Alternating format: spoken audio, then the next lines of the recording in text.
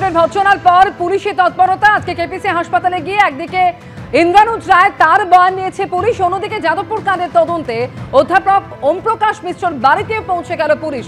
তার বয়ান রেকর্ড করতে পৌঁছেছে যাদবপুর থানার পুলিশ এবং হাইকোর্টের নির্দেশে ইন্দ্রানুজের অভিযোগের ভিত্তিতে দায়ের হওয়া এফআইআরে নাম রয়েছে ব্রাত্য বসু ওমপ্রকাশ মিশ্রের।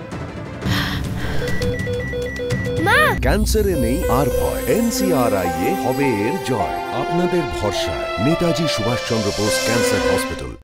এবং তারই তদন্তে ওমপ্রকাশের কালিকাপুরের বাড়িতে পৌঁছে গেল পুলিশের টিম। একদিকে কেপিসি হাসপাতালে আজকে পৌঁছে যায় পুলিশের টিম, যেখানে 4টে থেকে বিকেল 4:30 পর্যন্ত আহত ছাত্র ইন্দ্রানুজ রায় তার বয়ান রেকর্ড করা হয়েছে, ভিডিওগ্রাফিও হয়েছে। অন্যদিকে অধ্যাপক ওমপ্রকাশ মিশ্রর বাড়িতে পৌঁছল যাদবপুর থানার পুলিশ।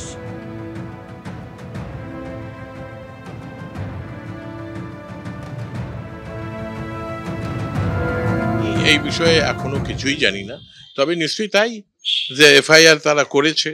আমি তো গেছিলাম পুলিশ স্টেশনে, কিন্তু আমি ঠিক করলাম যে আমি এফআইআর করব না, আমি করিনি, আমি নিগৃহীত হয়েছি।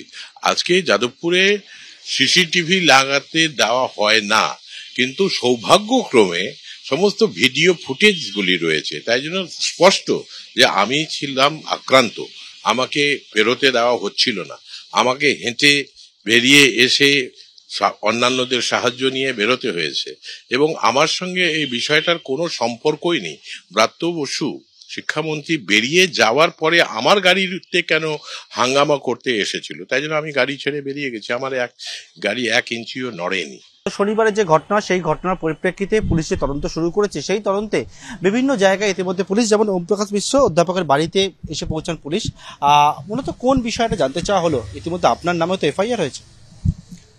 না, আমার কাছে, আমি তো থানায় গেছিলাম এফআইআর করতে, তবে যেহেতু ছাত্রছাত্রীদের ভবিষ্যতের ব্যাপার, তাই জন্য আমি সেদিন এফআইআর করিনি।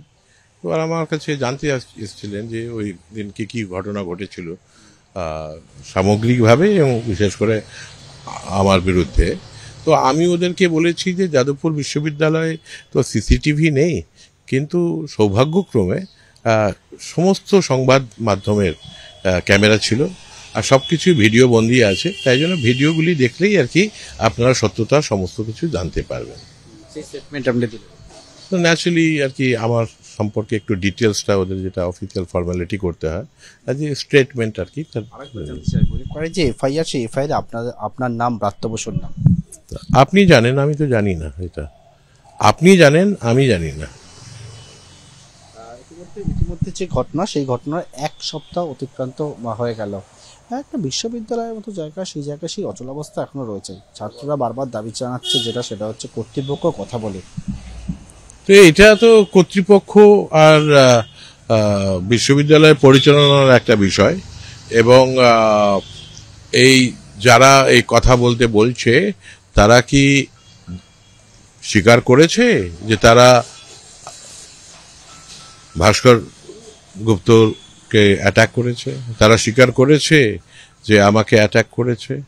তারা সেই বিষয় নিয়ে কি বলছে, এটা তো সারা বিশ্ববিদ্যালয়, সমস্ত বিশ্ববিদ্যালয়রা জানতে চাইছেন। আর আমার অসুবিধাটা হচ্ছে বিশেষ করে যেহেতু যাদবপুর বিশ্ববিদ্যালয়ে আর আমি প্রবীণতম অধ্যাপক, 37 বছর ধরে অধ্যাপনা করছি, এই দৌরাত্ম্যগুলি আমি 3 দশকের বেশি সময় ধরে দেখছি। আমার কাছে সবচাইতে বড় ব্যাপার হচ্ছে যে 3500 জন অধ্যাপক যাদবপুর বিশ্ববিদ্যালয়ে এসছেন, যাদবপুর বিশ্ববিদ্যালয় ভেনিউ হিসাবে হোস্ট, সেখানে যারা গেস্ট ডেলিগেট, তাদের সামনে বিশ্ববিদ্যালয়ে এই যে কদর্য রূপ আর কি কিছু দুষ্কৃতীরা, ছাত্ররূপী দুষ্কৃতীরা তুলে ধরেছে, এটার জন্য লজ্জায় আমার মাথা হেঁট হয়ে যাচ্ছে।